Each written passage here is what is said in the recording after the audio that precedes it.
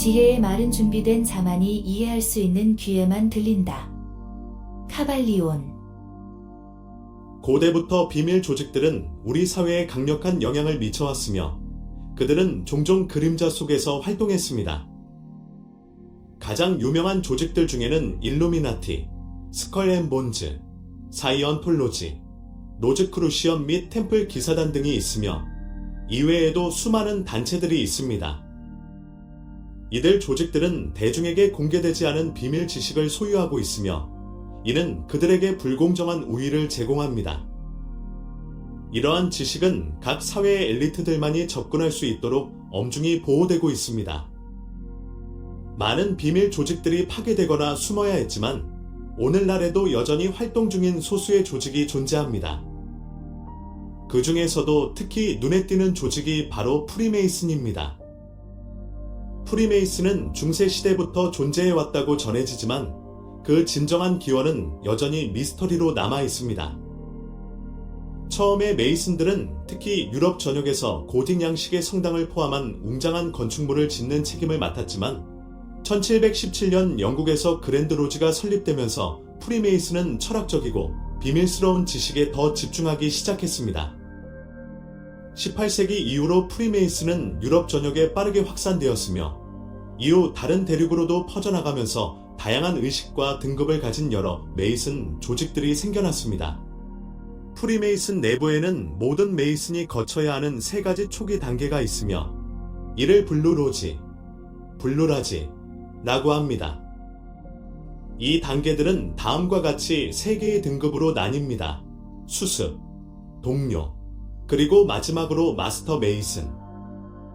많은 메이슨들에게 이 세 가지 등급은 더 높은 진리로 가는 디딤돌에 불과합니다. 많은 메이슨들이 인정하듯 블루로지에서 가르치는 내용은 의도적으로 오해를 불러일으키도록 설계되었으며 진정한 메이슨의 비밀은 개인이 준비될 때까지 숨겨져 있습니다. 다른 종교나 비밀 사회들과 마찬가지로 프리메이슨은 비회원들에게 그들의 상징을 잘못 해석하게 하고 이를 통해 진리를 은폐합니다. 그들이 말하는 빛은 메이슨의 진정한 비밀이며 이 빛은 자격이 없는 이들에게는 감춰집니다. 알버트 파이크, 엘버트 파이 같은 유명한 메이슨에 따르면 많은 메이슨들이 프리메이슨의 진정한 가르침을 알지 못하며 이는 조직이 일부러 그들을 어둠 속에 머물게 하기 때문이라고 합니다.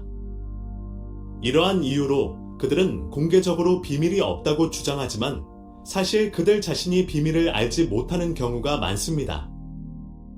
가장 중요한 진리는 블루로지에서 발견되는 것이 아니라 요크 제도, 요크라이, 나 스코틀랜드 제도, 스카티시 라이와 같은 더 높은 등급에서만 찾을 수 있습니다. 이 중에서 가장 주목할 만한 것이 바로 스코틀랜드 제도, 스카티시 라이이며 여기서 가장 깊은 비밀들이 33도 메이슨들에 의해 지켜지고 있습니다. 오늘날에도 33도 메이슨은 소수에 불과하며 이 명예는 프리메이슨 조직의 가장 큰 기여를 한 사람들에게 2년에 한 번씩 주어집니다. 그러나 33도는 메이슨 내에서 가장 높은 등급이 아닙니다. 33도 메이슨 중에서도 선택된 이들은 명예 십자가, 크로스 오브 아너를 수여받습니다. 이 명예는 매우 드물기 때문에 현재 생존한 명예 십자가를 받은 33도 메이슨은 극소수에 불과합니다. 이쯤에서 당신은 그래서 뭐가 대단한 거지? 그저 화려한 타이틀을 받는 것뿐 아닌가? 라고 생각할 수 있습니다. 그러나 여기에는 소름 끼치는 진실이 숨어 있습니다. 만약 세계 지도자들이 메이슨이며 우리 사회의 방향을 결정하는 중요한 결정을 내리는 사람들이라면 어떻게 될까요? 사실 이미 그런 일이 벌어지고 있으며 지금도 계속되고 있습니다. 충격적인 사실은 미국 대통령 중 최소 14명이 메이슨이었다는 것입니다. 부통령들 중 다수도 메이슨이었으며 1941년부터 1971년까지 미국 대법원을 지배했던 것도 메이슨들이었습니다. 우리 사회의 중요한 결정을 좌우하는 많은 조직들이 메이슨의 영향을 받았습니다. 1987년 상원 기록에 따르면 연방사법부의 41명, 상원의 18명, 그리고 하원의 76명 의원들이 메이슨이었으며 이 중 최소 2명의 상원의원은 33도 메이슨이었습니다. 이처럼 메이슨의 영향력은 미국 정부의 최고위층까지 미치고 있으며 프리메이슨의 이념이 우리 사회의 핵심에 깊이 뿌리내리고 있습니다. 이는 우리가 일상에서 잘 느끼지 못할 정도로 우리의 삶에 영향을 미칩니다. 뿐만 아니라 역사상 가장 위대한 천재들 중 일부도 메이슨이었습니다. 그들은 분명히 어떤 비밀 지식을 가지고 있었으며 이 지식은 그들에게 특별한 통찰력을 제공했을 것입니다. 볼프강 아마데우스 모차르트, 윈스턴 처칠경, 조지 워싱턴, 벤저민 프랭클린, 마크 트웨인, 헨리 포드, 이들의 이름은 계속해서 이어집니다. 이들이 소유했던 비밀 지식이 무엇이며 왜 그토록 철저하게 숨겨져 왔을까요? 지난 8년 동안의 연구 끝에 나는 이 코드의 일부를 해독했다고 믿습니다. 오늘 나는 프리메이슨의 비밀 지식 중 핵심 부분을 여러분에게 공개하려고 합니다. 놀랍게도 이 지식은 고대의 다른 가르침들, 예를 들어 헤르메티즘이나 고대 요가의 지식과도 유사합니다. 본질적으로 이 비밀 지식에는 현실 창조의 원리를 설명하는 4가지 주요 법칙이 있습니다. 이 영상에서 나는 이 4가지 법칙을 설명할 뿐만 아니라 그 법칙들을 실생활에서 효과적으로 적용하는 열쇠도 함께 공유할 것입니다. 우선 프리메이슨에서 중심적인 인물인 멜리 파머홀을 살펴보겠습니다. 그는 역사상 가장 위대한 33도 메이슨 중 한 명으로 비밀스러운 가르침을 대중에게 공개하려 노력했던 몇 안 되는 인물 중 하나입니다. 특히 그의 저서들을 통해 그가 이 가르침들을 전달하려 했으나 많은 그의 저서들이 이해하기 매우 어려웠고 사람들은 그 내용을 제대로 흡수하지 못했습니다. 이번 영상에서는 그의 저서 중에서도 더 시크릿 티칭즈 오브 올 에이지즈, 즉 모든 시대의 비밀 가르침에서 반복적으로 등장하는 4가지 주요 법칙들을 여러분께 공유하려 합니다. 그리고 이 법칙들을 이해하기 쉽게 풀어내어 여러분의 삶에 적용할 수 있도록 설명할 것입니다. 문제는 오늘날 많은 사람들이 상징적 의미나 신성한 가르침을 지나치게 문자 그대로 해석하려 한다는 점입니다. 그렇게 하면 이러한 교훈들은 그 본래의 가치를 잃게 됩니다. 그 가르침들은 문자 그대로 받아들이기 위해 만들어진 것이 아닙니다. 우리가 볼 수 있고 만질 수 있으며 감각으로 인지할 수 있는 것들은 그 자체로 해석되어서는 안 됩니다. 우리는 그 이면을 들여다보아야 하며 그러기 위해서는 이 가르침들을 해체하고 분석하는 법을 배워야 합니다. 이러한 가르침들 중 많은 부분이 세월이 흐르면서 잊혀지거나 지나치게 문자 그대로 해석되었습니다. 흥미로운 예는 성경에서 찾아볼 수 있습니다. 예수의 제자가 그에게 왜 비유로 이야기하느냐고 묻자 예수는 마태복음 13장 11절에서 이렇게 대답합니다.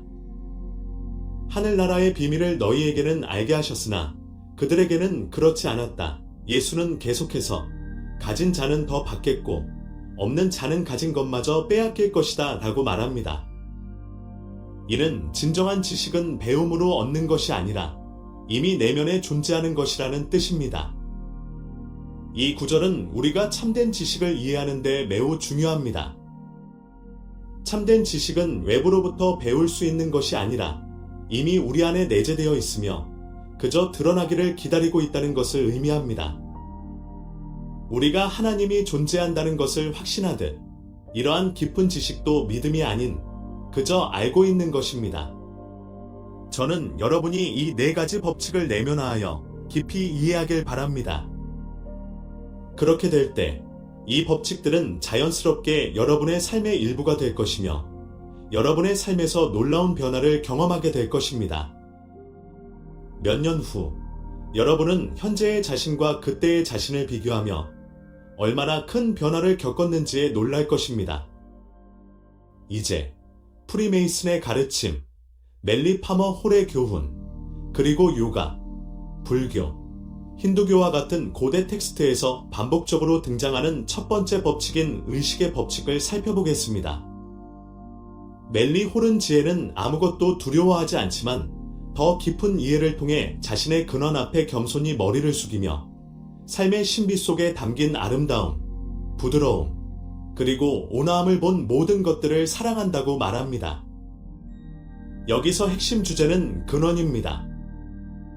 많은 사람들은 자신의 문제의 근원이 생각이나 외부 상황이라고 믿습니다. 그들은 이러한 요소들을 제거하면 고통이 사라질 것이라고 생각합니다.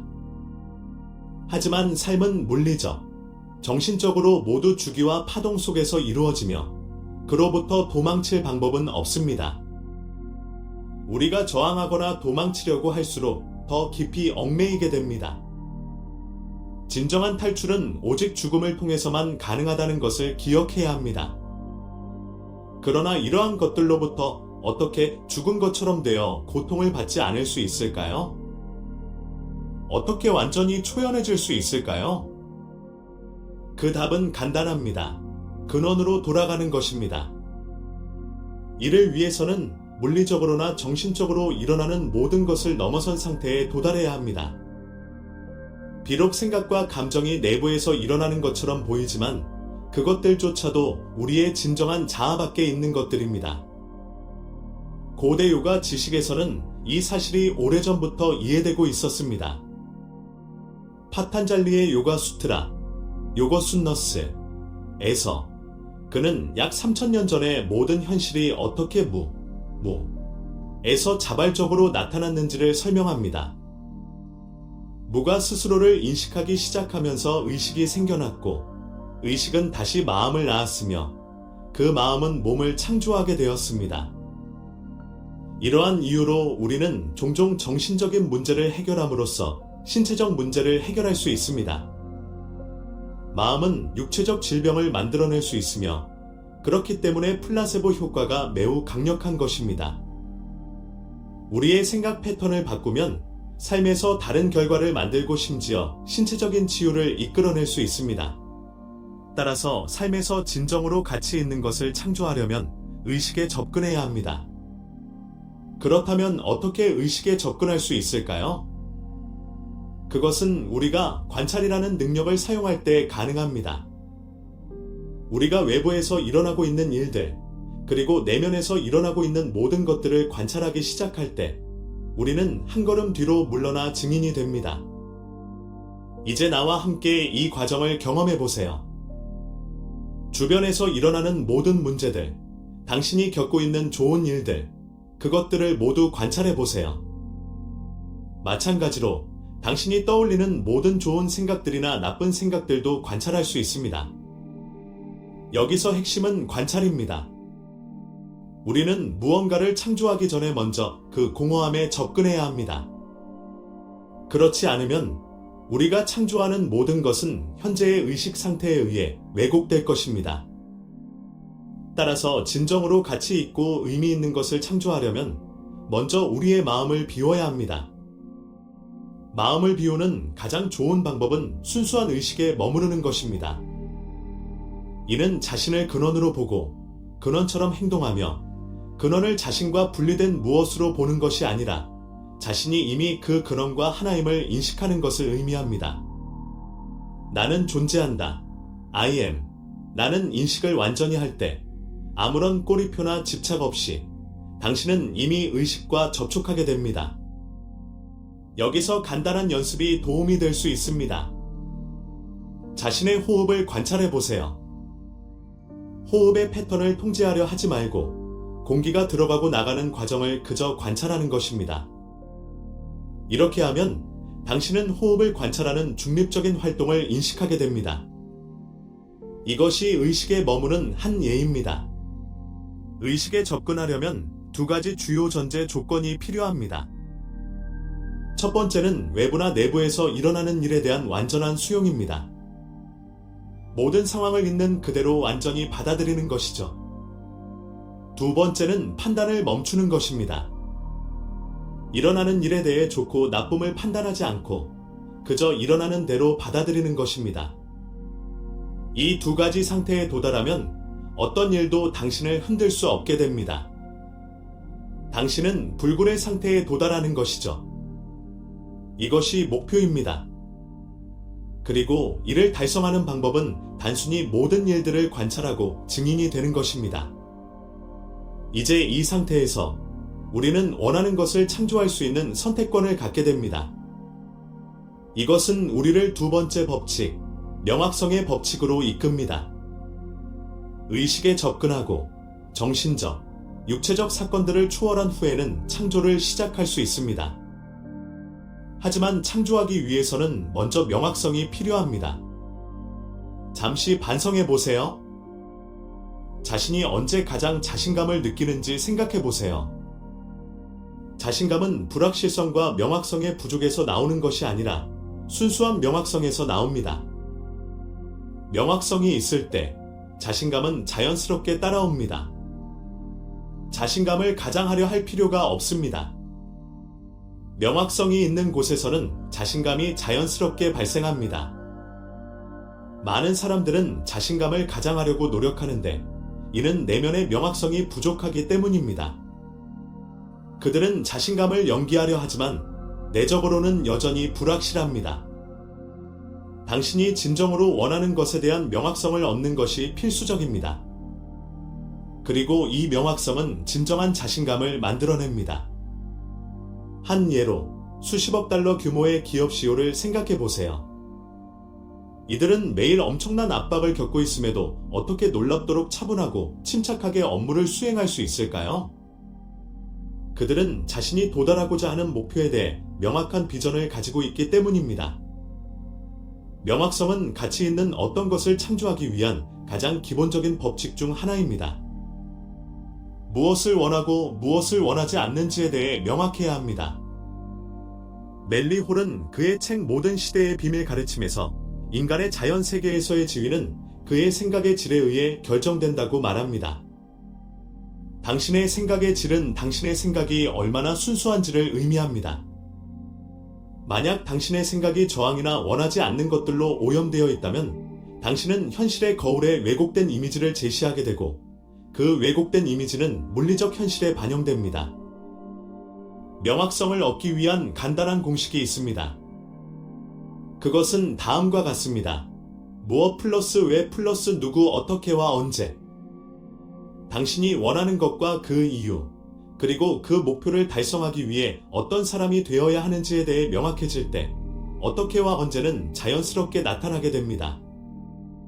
그 과정을 억지로 조정할 필요는 없습니다. 명확성을 얻기 위해서는 두 가지 종류의 명확성이 필요합니다. 당신이 무엇을 원하는지에 대한 명확성, 그리고 당신이 원하지 않는 것에 대한 명확성입니다. 왜 무언가를 원하고 왜 그 반대를 원하지 않는지에 대해 명확해져야 합니다. 또한 목표를 이루기 위해 어떤 사람이 되어야 하는지, 더 이상 어떤 사람이 될 수 없는지에 대한 명확성도 필요합니다. 만약 당신이 자신의 목표에 대해 그 목표를 왜 원하며 왜 그 반대는 원하지 않는지, 그리고 그 목표를 달성하기 위해 어떤 사람이 되어야 하고 더 이상 어떤 사람이 될 수 없는지에 대해 매일 상기한다면 어떻게와 언제는 자연스럽게 이루어질 것입니다. 이제 명확성의 중요성을 이해했으니 세 번째 법칙으로 넘어가 보겠습니다. 창조의 법칙입니다. 창조의 법칙을 이해하기 위해 저는 역사상 가장 위대한 스승 중 한 명인 헤르메스 트리스메기스투스를 소환하고 싶습니다. 당신이 카발리온을 읽었다면 이 이름을 들어봤을 것입니다. 하지만 트리스메기스투스라는 이름이 어떤 의미를 가지고 있는지 알고 있습니까?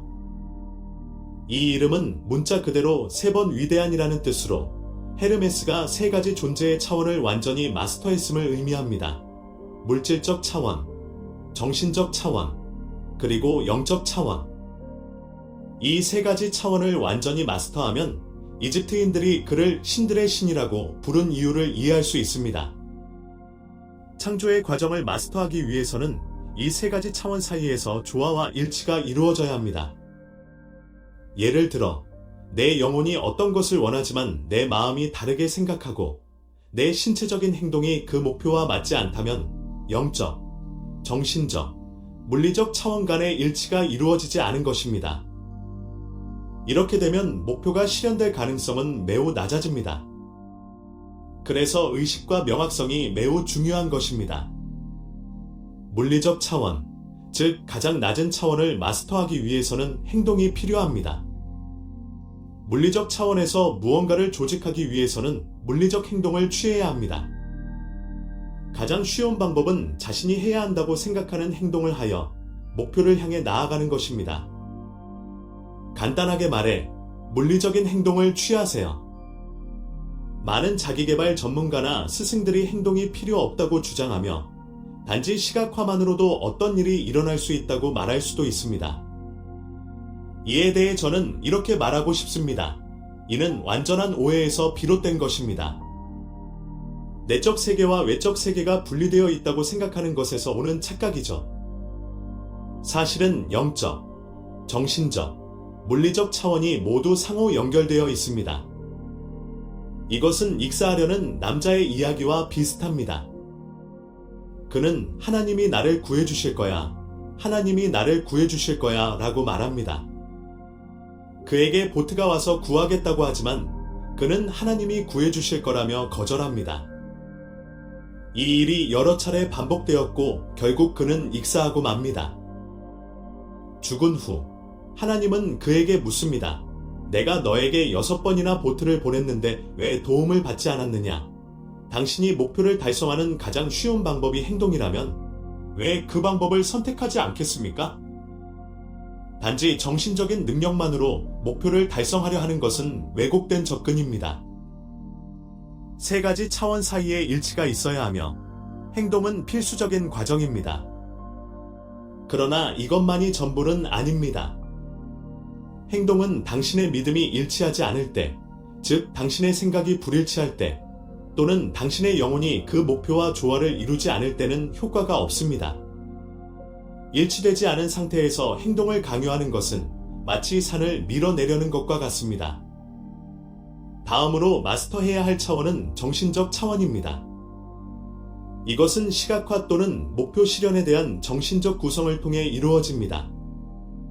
시각화는 의도를 정신적으로 표현하는 방법입니다. 우리가 어떤 의도를 가질 때 물리적으로 그 의도를 표현하는 가장 확실한 방법은 행동을 취하는 것이지만 정신적으로 그 의도를 표현하는 방법은 그 목표가 이루어진 모습을 마음속에 그리거나 구상하는 것입니다. 이것은 반드시 마음속에 명확한 이미지를 떠올리는 것을 의미하지는 않습니다. 특히 환상불능이라고 불리는 상태를 가진 사람들, 즉 시각적 이미지를 마음에 그리는 것이 어려운 사람들에게 시각화는 다른 형태로도 나타날 수 있습니다. 예를 들어 자신의 목표가 이루어졌다고 스스로에게 확신시키는 선언문이나 다른 방법을 사용할 수도 있습니다. 마지막으로 영적 차원을 마스터하는 것은 명상, 즉 근원과 연결하는 행위를 통해 이루어집니다. 그래서 우리는 항상 의식의 법칙을 기억해야 합니다. 모든 것을 관찰하고 증인이 되는 것이 핵심입니다. 명상은 본질적으로 명상적인 상태로 들어가 근원과 연결되는 연습입니다. 여러 가지 방법으로 명상할 수 있습니다.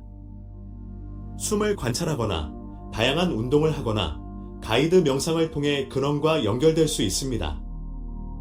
제 친구 중 한 명은 명상을 근원이나 신으로부터 다운로드 받는 것이라고 표현한 적이 있습니다.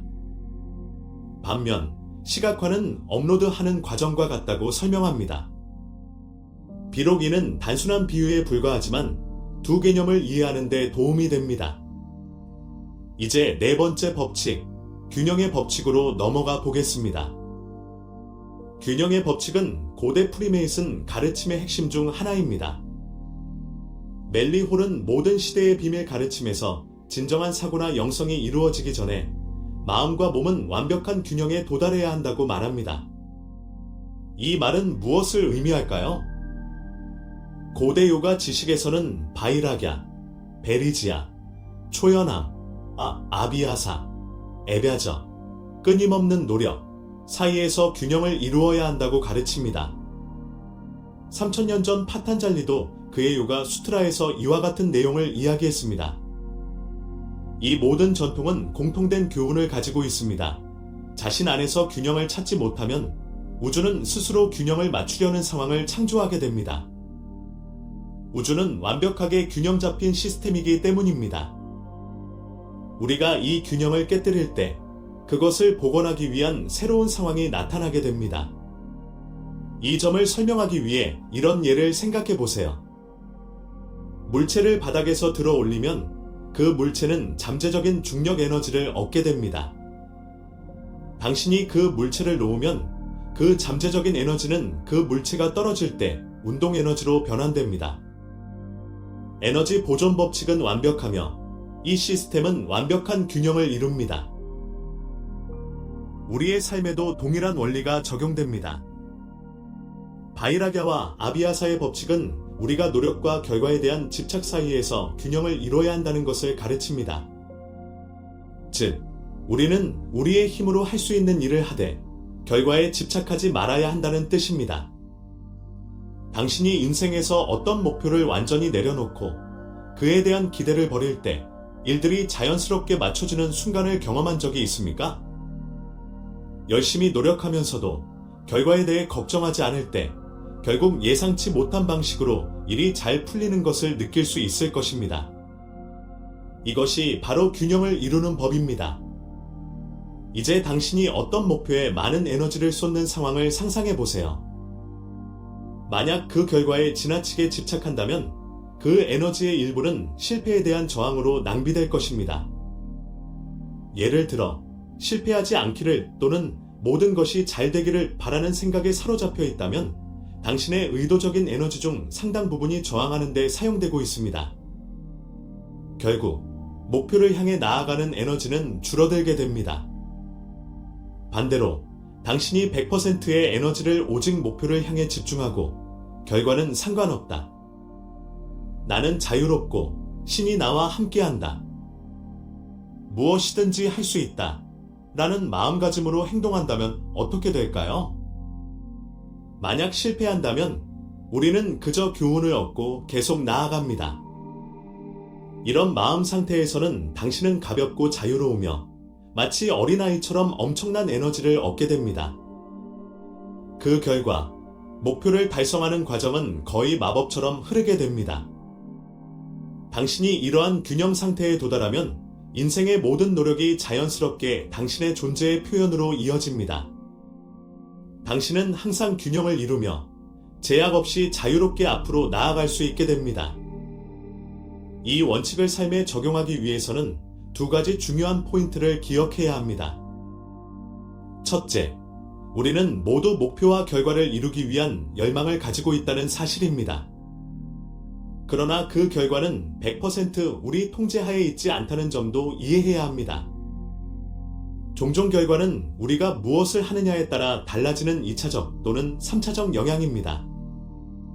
이는 우리가 목표를 설정해야 하지만 그 과정에서 무엇을 희생하고 무엇을 할 준비가 되어 있는지에 대한 목표도 설정해야 한다는 것을 의미합니다. 고대에는 신들에게 희생을 바쳐 축복이나 성취를 얻는다는 개념이 있었습니다. 그렇다면 당신은 무엇을 희생할 준비가 되어 있습니까? 당신이 준비한 거래는 무엇인가요? 에너지는 항상 보존됩니다. 당신이 주는 만큼 받게 됩니다. 주변 사람들과 가치를 나누고 최선을 다하면 고객, 신뢰, 그리고 인정을 받게 될 것입니다. 그러나 아무것도 주지 않고 고객이 다가오기를 바란다면 그 폐쇄적인 에너지에 상응하는 결과를 얻게 될 것입니다. 매일 목표에 집중하고 그것을 기억하면 목표는 반드시 실현됩니다. 그것이 우주의 법칙입니다. 이제 마지막으로 프리메이슨의 비밀 교리에 내재된 4가지 주요 법칙을 요약해 보겠습니다. 첫째, 의식의 법칙입니다. 진정한 현실 창조는 의식에서 시작됩니다. 당신이 주변에서 일어나는 모든 것과 내부에서 일어나는 모든 것을 관찰할 때 그 순간 의식에 접속하게 됩니다. 이러한 의식 상태에서 우리는 명확성을 얻고 창조를 시작할 수 있습니다. 둘째, 명확성의 법칙입니다. 무엇을 원하고 왜 그것을 원하는지에 대한 명확성을 갖는 것이 필수적입니다. 당신의 목표와 의도를 명확히 설정할 때 자신감이 자연스럽게 따릅니다. 명확성은 자신감의 근원이며 이를 통해 자신감 있는 행동을 취할 수 있게 됩니다. 셋째, 창조의 법칙입니다. 창조는 영적, 정신적, 물리적 차원에서의 조화를 통해 이루어집니다. 당신의 생각, 영혼, 그리고 신체적 행동이 모두 일치할 때 당신의 목표를 현실로 만드는 과정이 훨씬 수월해집니다. 이 세 가지 차원이 일치하지 않으면 목표는 쉽게 실현되지 않을 것입니다. 마지막으로 균형의 법칙입니다. 당신의 노력과 그 결과에 대한 집착 사이에서 균형을 이루어야 합니다. 우리는 최선을 다해 노력하되 그 결과에 지나치게 집착하지 않아야 합니다. 우주는 항상 균형을 유지하려 하므로 당신이 균형을 유지하지 않으면 우주는 자연스럽게 그 균형을 맞추려는 상황을 창조하게 됩니다. 이 네 가지 법칙을 이해하고 일상생활에 적용하면 당신의 삶의 변화를 가져올 것입니다. 목표를 달성하고 원하는 현실을 창조하는 데 있어 중요한 도구가 될 것입니다. 이 법칙들은 단순히 프리메이슨의 비밀 교리에만 국한된 것이 아닙니다. 고대의 헤르메틱 철학, 요가 지식, 불교의 가르침 등에서도 이와 비슷한 개념을 찾을 수 있습니다. 중요한 것은 이 법칙들이 단순한 이론이 아니라 실제로 우리가 삶에서 적용할 수 있는 실용적인 지침이라는 점입니다. 이 법칙들을 일상에 적용함으로써 당신은 단순히 목표를 달성하는 것을 넘어서 당신의 삶을 보다 의미 있고 충만하게 만드는 데 도움을 받을 수 있을 것입니다. 이제 우리는 프리메이슨의 가르침과 33도 메이슨의 비밀을 일부 살펴보았습니다. 이 교리들은 오랜 세월 동안 선택된 소수에게만 전해졌으며 여전히 그 가치를 지니고 있습니다. 그러나 이 비밀 지식을 이해하고 실생활에 적용하는 사람들은 극소수에 불과합니다. 당신이 이 법칙들을 제대로 이해하고 적용할 수 있다면 당신 역시 이러한 비밀의 일부를 깨달을 수 있을 것입니다.